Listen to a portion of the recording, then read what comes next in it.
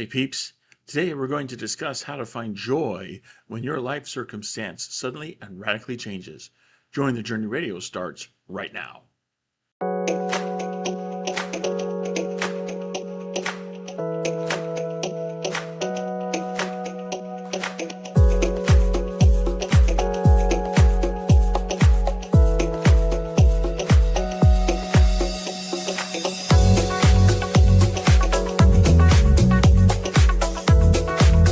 Welcome to the infusion of positive energy into the lives of single Latter-day Saints everywhere. This is Joy in the Journey Radio. And welcome back, peeps, to another wonderful, splendiferous, joyous episode of Joy in the Journey Radio. I am Lance, your host for Joy in the Journey Radio, and this is episode number 408. That's right, peeps. Episode number 408. Your new joy. Well, if you're a first-time audience member, I'm hoping you find this program to be your new joy, but that's not the new joy I'm talking about in the title. Rather, the joy that I'm talking about is something, well, we're going to get into it today. But first, I got to get through like the rest of the intro stuff, right? Because if you are joining the program live, please join the chat. Tell us where you're from. And you can also use the chat to put in any comments or questions you may have, and we will address those at the end of the show today. If, however, you are viewing the program at a later date, so you're watching us on our YouTube channel or our Rumble channel, please leave a comment down below. Let us know where you're watching the program from. That will help us with the algorithms. You know, recently I was reminded of an experience that I had almost 3 years ago that deeply affected me, and it still continues to affect me today. You know, I've been having some small relapses that harken back to those days when not watching my diet resulted in some rather severe pain. Now, longtime audience members will know what I'm talking about here. Today is almost 3 years to the day. In fact, if I remember the date right, it's 1 year and 10 days to the day that I was diagnosed with acute pancreatitis. And a short time thereafter, I had surgery to remove my gallbladder. Now, the aftermath of that week-long hospital stay was the worst of it. The hospital, as bad as it was not, that's the tip of the iceberg. The really bad stuff came after I got out of the hospital. See, because my pancreas was inflamed and recovering from the damage that was caused by being devoured by its own enzymes. So its usual functions of helping my body deal with ingesting fat and sugar was impaired. But the pancreas has that wonderful feature to it. It's one of the few organs of the body that has the amazing ability to regenerate itself. However, to perform this minor miracle, it must be left alone to do that work, which means I needed to stay away from anything that would call upon the organ to perform its normal function of dealing with fat and sugar. Now, that sounds simple and pain-free enough until you stop to consider how much the modern American diet is filled with fat and sugar. My diet would need to be severely restricted. And I would know if I ever crossed a line because the pancreas normally kicks in about 45 minutes to an hour after eating something that requires its aid. Because it was still inflamed and healing, requiring it to do that normal work would be felt in the form of very excruciating pain. It's amazing how much your perspective changes when pain enters the equation. But that wasn't the whole of my burden. It was early November when I walked out of the hospital, so the holiday season was upon me. And here in the United States, food forms a large part of everyone's holiday traditions. And all the traditional foods have what? Fat and sugar. The two things I had to stay away from. I mean, Christmas is my favorite holiday of them all. And I would be lying to you if I told you that food played no part in that. But 3 years ago, under the constraints of a restricted diet, I could no longer find joy in what for many years before had brought me joy. A sudden and radical change had been thrust upon me, and my life was quite different than what it had been before. Yet in the midst of that situation, I didn't feel that my life was over. I recognized that one day my recovery would end. The moment of my trial, that thought was little more than cold comfort to me until I had another experience that turned my thinking around. Sure, I mean, the thought of being around people gorging themselves on delicacies I couldn't then enjoy didn't exactly fill me with delight. I canceled my plans for my birthday, Thanksgiving, Christmas, and New Year's. You'd think I wouldn't have gratitude from this, and you'd be right before I had this wonderful experience I referenced just a moment ago. What was that moment? Well, I'm going to tell you about it. I was in the grocery store shopping for some new diet items, and of course, conscious of what other people had in their carts, items I wanted in mine but dared not on penalty of pain. So I tried distracting myself by focusing on accomplishing the task before me. I would get what I needed and go. That's when the thought came to me. I'm not that bad off. First, I've been moving toward my, you know, restricted diet for some time in increments. I just didn't want to surrender my favorite foods completely. My new condition wouldn't tolerate the increments. I mean, it wouldn't tolerate that incremental approach. I had to be there, boom, right there in the moment. That sudden shift gave me new perspective on how much moving in small increments is really worth. And that's something to be grateful for. Second, removing those foods from my diet left a lot of empty space. Of course, nature abhors a vacuum, so I began searching out recipes online that met my restrictions. And one by one, I found them. I also returned to experimenting in the kitchen and developing new recipes on my own. In so doing, I discovered new worlds of flavor as I avoided usual fillers like sugar, and I started embracing spices and seasonings. I would never have had all these wonderful new taste experiences without my health challenges driving me, and that's something to be grateful for. Third, many of these recipes are so easy to make and way cheaper than the prepackaged versions that I found a new perspective on convenience. The short-term convenience of time that I get from taking my food out of a can or a box doesn't outweigh other conveniences like more flavor in my mouth, more health in my body, more money in my bank account. All that's something to be grateful for. When I put it all together, I had an experience I wouldn't otherwise have. And that gave me a new perspective on not just my health, but also living my life and finding more joy in it. Now, yes, I had some undesired changes in my life, changes that came upon me suddenly and extensively, but I still had access to joy. It wasn't the same joy I had previously, because my circumstances wouldn't permit that. But new doors opened for every old one that closed. And behind those new doors were new experiences, new perspectives, and new joys that all gave reason for gratitude. So, even though, for example, I didn't partake of the usual Thanksgiving Day feast that year, I did reflect on how grateful I am for the new joys I found and continue to find in what was my new life. Fast forward 3 years to today, and it's amazing how life repeats itself. Now, my diet today is much more normal than it was then.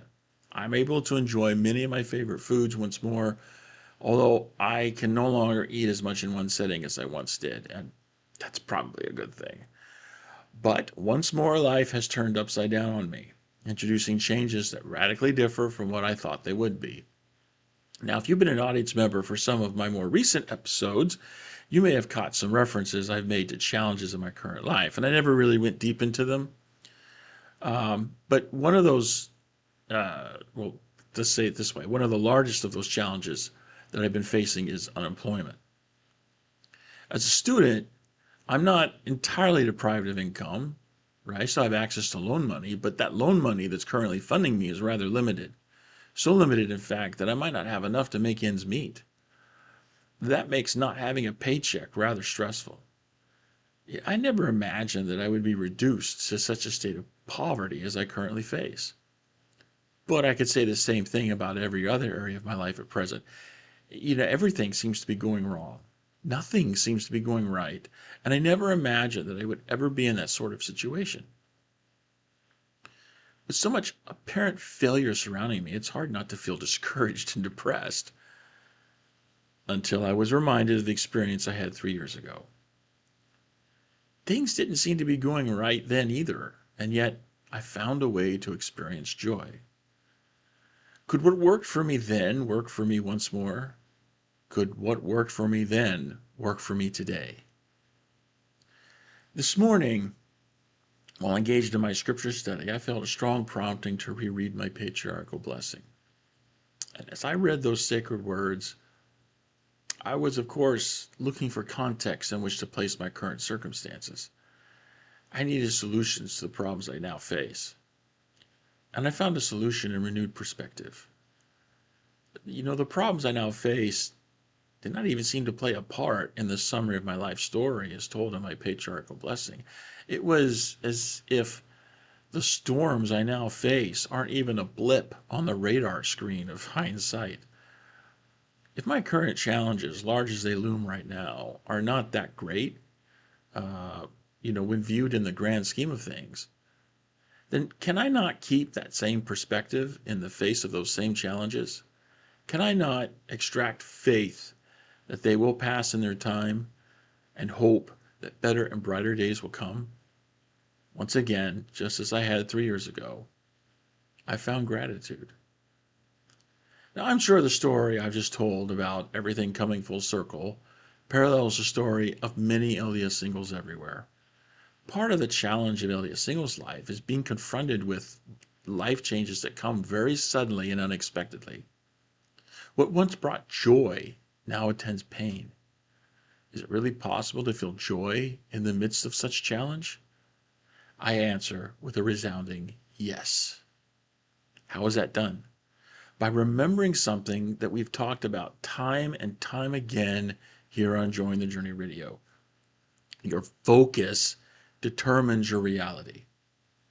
3 years ago, when my diet was severely restricted, I found only discouragement when I focused on what I wanted to eat but couldn't.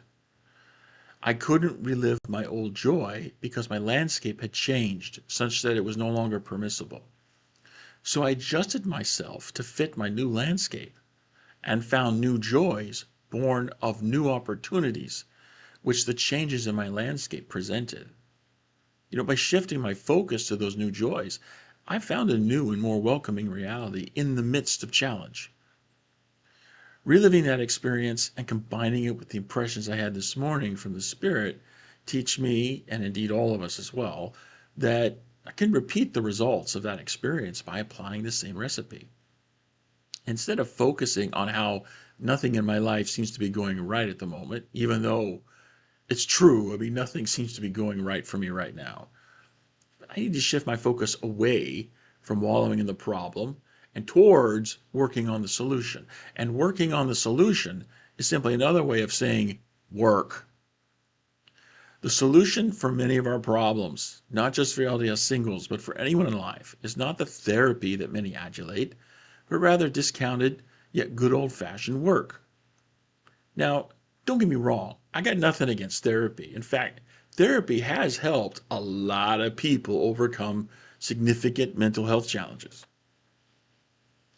But I'm reminded by a story, one of my favorite stories from, I'm sorry, I know we shouldn't have favorites, but I do. Gordon B. Hinckley, I'm sorry, favorite prophet, just hands down. I'm a Gordy fan. So one of my favorite stories about President Hinckley was when he was a young man serving as a missionary in England, and he was feeling really down and depressed with the work. Nothing was going right for him. So what does he do? He writes a letter home to his dad and explains, everything that's going wrong. And, of course, back in those days, the mail took away time to get, across the pond and back. So, by the time he got his letter back, his father basically wrote a short reply. And it basically said, I've received your letter dated such and such date. I have only one piece of counsel to offer you. forget yourself, and get to work. And that's what he did. He went and he actually got active. He put himself into the work, and he found that as he focused more on what he could do, then everything else just seemed to work out for itself. So yes, I'm all for therapy.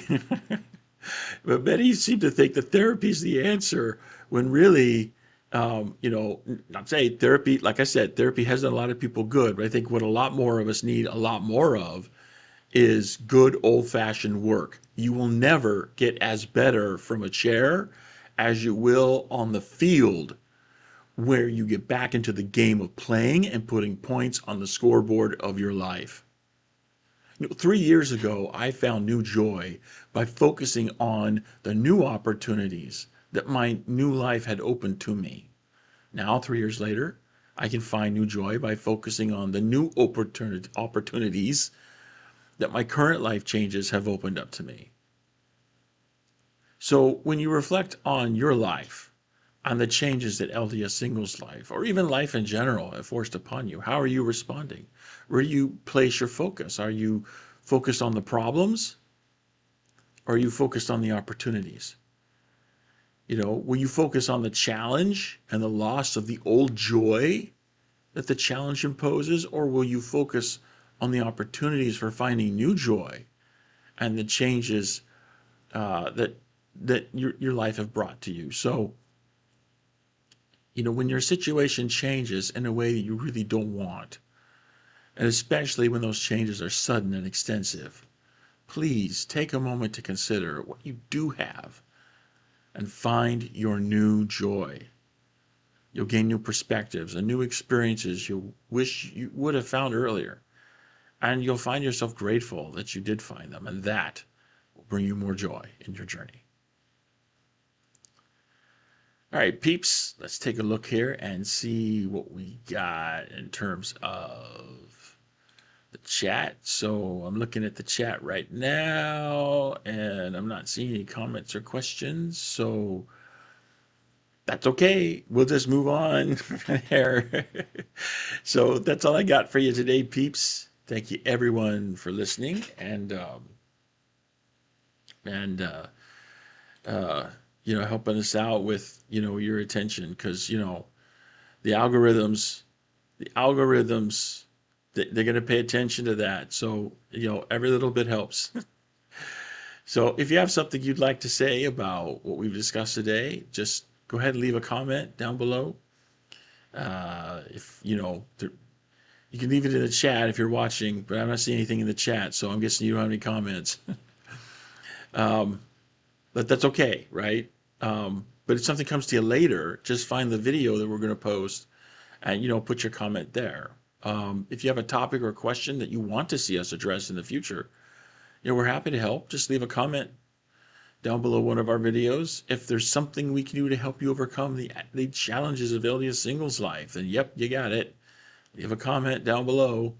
And for those of you who are a little more shy and don't want the whole world reading your comment or question, then you can communicate with us by going to the contact page at jointhejourneyradio.com/contact. So, jointhejourneyradio.com is where you go to watch the live program, and there on the contact page, you can find a form that you can fill out, and it'll it'll let you give your message out in a way the whole world is not going to read it, but we'll read it here, right? And we can respond accordingly. So if that's your thing, then it's there for you. As always, don't forget to like, subscribe, share our content you find helpful. So the algorithms, again, talking about the algorithms, going to get more of our content out, push it out to help other LDS singles, because that's what we're here for. And so until next time, this is your host reminding you that there is joy to be had all along your journey. So take that joy and journey on.